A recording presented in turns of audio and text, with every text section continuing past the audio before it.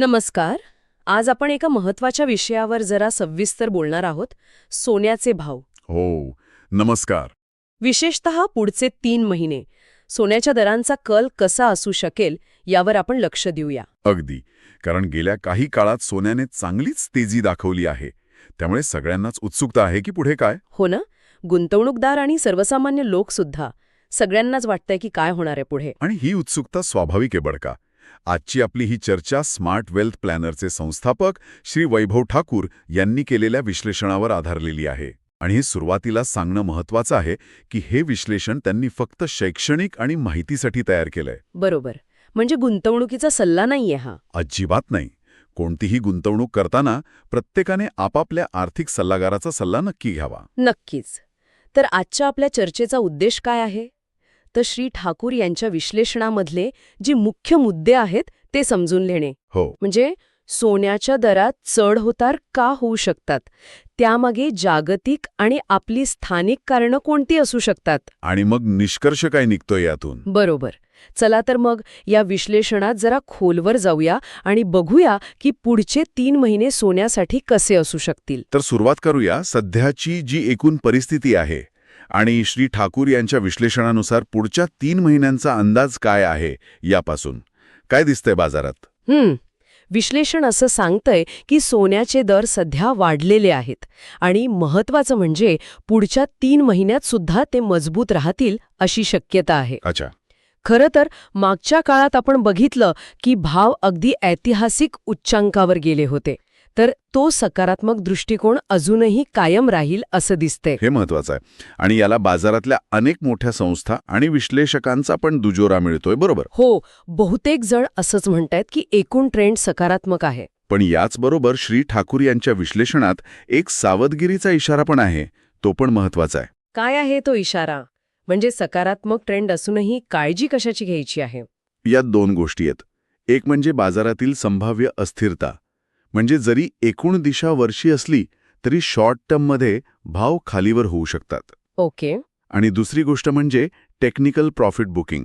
म्हणजे सोप्या भाषेत काय? म्हणजे ज्या गुंतवणूकदारांनी कमी भावात सोनं घेतलं होतं ते आता भाव वाढल्यावर नफा कमावण्यासाठी विक्री करू शकतात. अच्छा. यामुळे किमतींवर तात्पुरता दबाव येतो आणि त्यात थोड्या खाली येऊ शकतात. पण श्री ठाकूर यांच्या मते यामुळे मोठी घसरण होईल अशी शक्यता सध्या तरी कमी वाटते. अच्छा. म्हणजे एकूण कळ जरी वरचा असला तरी मध्ये काही स्पीड ब्रेकर येऊ शकतात, हे समजलं. अगदी. आता या संभाव्य वाढीमागे जी कारणं दिली आहेत ती जरा सविस्तरपणे बघूया. कोणती ताकद आहे जी सोन्याला सध्या वर खेचते आहे असं वाटतंय? श्री ठाकूर यांच्या विश्लेषणानुसार पहिलं आणि कदाचित सगळ्यात महत्त्वाचं कारण म्हणजे जागतिक आर्थिक अनिश्चितता. जगात जेव्हा इकॉनॉमीबद्दल किंवा भविष्याबद्दल चिंता वाढते तेव्हा गुंतवणूकदार काय करतात? ते सुरक्षित पर्यायांकडे वळतात. आणि सोनं हा पारंपरिक सुरक्षित पर्याय मानला जातो. अगदी. त्यात भर पडली आहे अमेरिकेच्या मध्यवर्ती बँकेच्या म्हणजे फेडरल रिझर्व्हच्या संभाव्य धोरणांची. फेडरल रिझर्व्हच्या धोरणांचा कसा परिणाम होतो? असं आहे की फेडरल रिझर्व्हकडून भविष्यात व्याजदरात कपात केली जाऊ शकते अशी शक्यता वर्तवली जाते. ओके. आणि जेव्हा व्याजदर कमी होतात तेव्हा डॉलरमध्ये किंवा बॉन्ड्समध्ये पैसे ठेवून मिळणारा परतावा कमी होतो. मग सोनं जास्त आकर्षक वाटतं. बरोबर. कारण सोन्यावर व्याज मिळत नसलं तरी त्याची किंमत वाढण्याची शक्यता असते.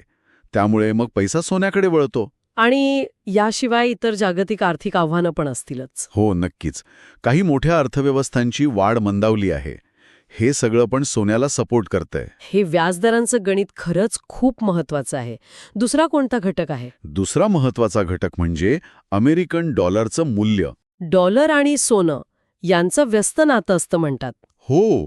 जेव्हा डॉलर इतर चलनांच्या तुलनेत कमजोर होतो तेव्हा काय होतं की इतर देशातल्या लोकांना डॉलरमध्ये विकलं जाणारं सोनं स्वस्त वाटतं. अच्छा. त्यामुळे मग मागणी वाढते आणि आंतरराष्ट्रीय बाजारात सोन्याचे भाव वाढतात. सध्या डॉलरमध्ये थोडी नरमाई दिसतीये, त्याचा फायदा सोन्याला मिळतोय. म्हणजे डॉलरची ताकद कमी झाली की सोन्याची चमक वाढते. या व्यतिरिक्त अजून काही आहे का? हो.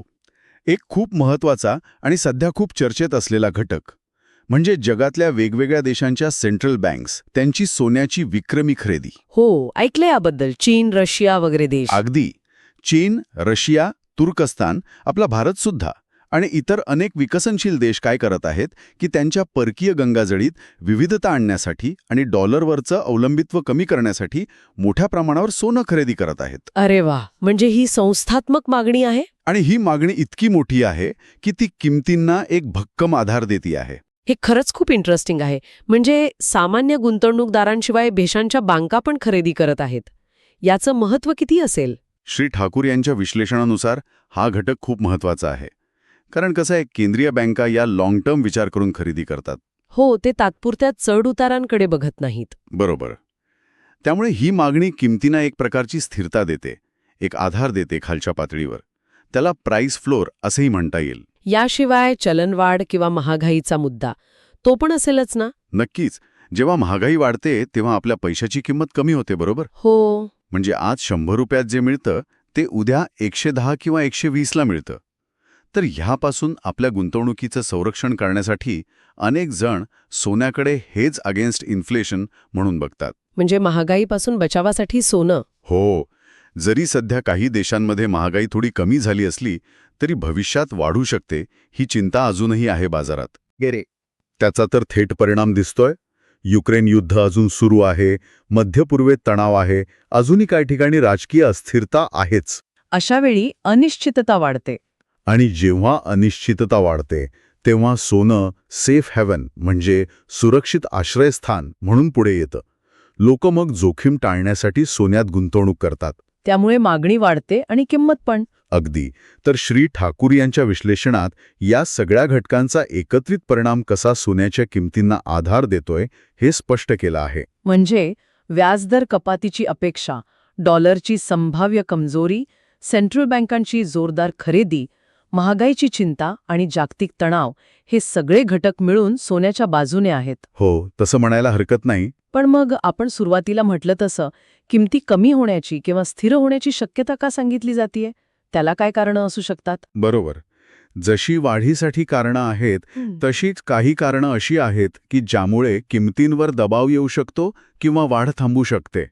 पहिलं कारण म्हणजे डॉलर मजबूत होणं. जे आत्ताच्या उलट. अगदी. जर समजा अमेरिकेची अर्थव्यवस्था अपेक्षेपेक्षा जास्त चांगली चालली किंवा फेडरल रिझर्व्हनी व्याजदर कमी न करता स्थिर ठेवले किंवा वाढवले तर डॉलर मजबूत होऊ शकतो. मग सोन्याची मागणी कमी होईल आणि किमती खाली येऊ शकतात. म्हणजे डॉलरवर बारीक लक्ष ठेवायला हवं. आणि व्याजदरांचा मुद्दा इथे पुन्हा येतोय. हो, अगदी. जर फेडरल रिझर्व्ह किंवा अगदी आपल्या आरबीआयने सुद्धा अनपेक्षितपणे व्याजदर वाढवले तर मग बॉन्ड्स किंवा बँक डिपॉझिटसारखे जे निश्चित उत्पन्न देणारे पर्याय आहेत ते जास्त आकर्षक वाटू लागतात. कारण त्यात धोका कमी आणि परतावा नक्की असतो. बरोबर. मग गुंतवणूकदार सोन्यासारख्या मालमत्तेतून पैसे काढून तिकडे टाकू शकतात. त्यामुळे सोन्यावर विक्रीचा दबाव येऊ शकतो. म्हणजे व्याजदर वाढले की सोन्याची चमक थोडी फिकी पडू शकते.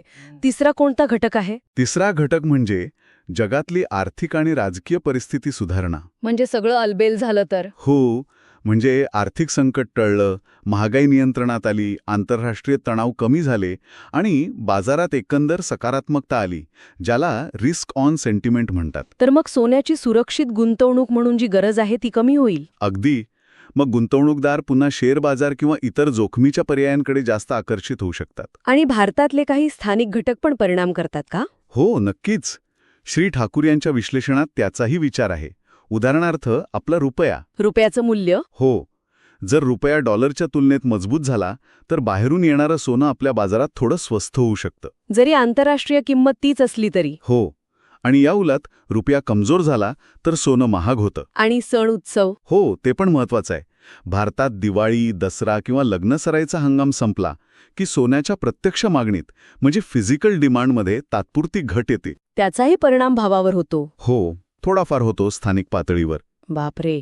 म्हणजे किती वेगवेगळ्या दिशांनी सोन्याच्या भावावर परिणाम होतोय. काही गोष्टी भाव वाढवतात तर काही कमी करतात आणि हे सगळं एकाच वेळी सुरू असतं. अगदी बरोबर.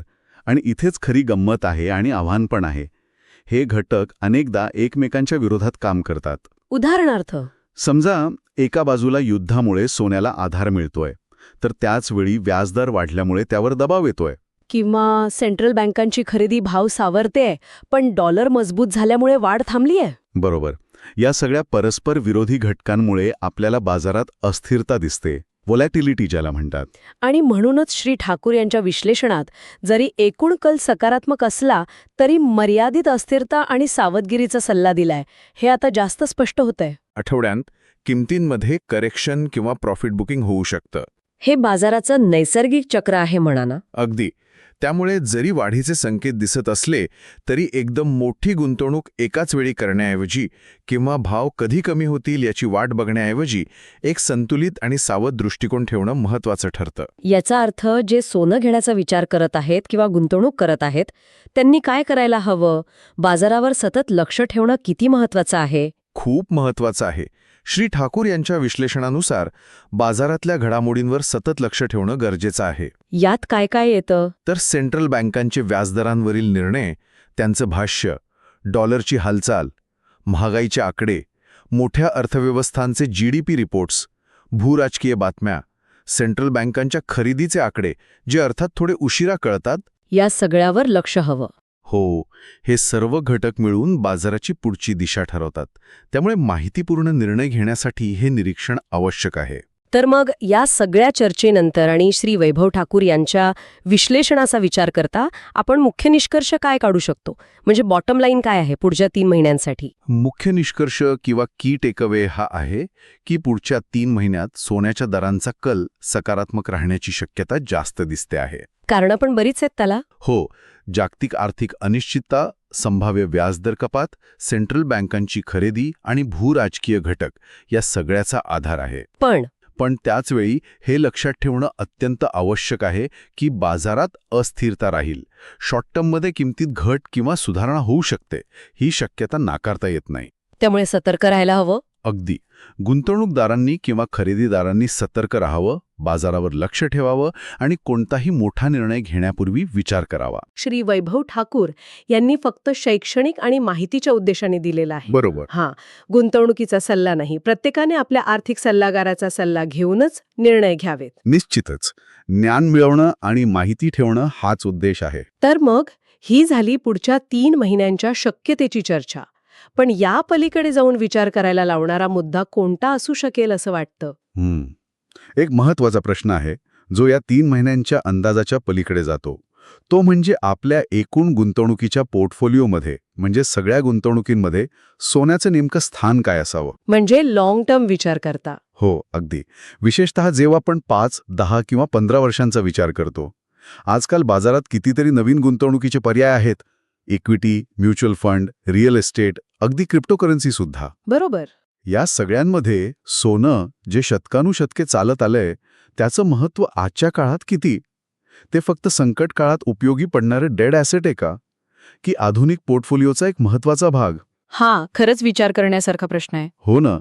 बाजारातल्या या तात्पुरत्या चढउतारांच्या पलीकडे जाऊन आपल्या लाँग टर्म आर्थिक ध्येयांसाठी आणि रिस्क मॅनेजमेंटसाठी सोनं किती गरजेचं आहे यावर प्रत्येकाने स्वतःच्या परिस्थितीनुसार विचार करणं, अभ्यास करणं महत्त्वाचं आहे. फक्त 3 महिन्यांच्या ट्रेंडवर लक्ष न देता ही दीर्घकालीन भूमिका काय असावी हा खरा विचार करण्यासारखा प्रश्न आहे.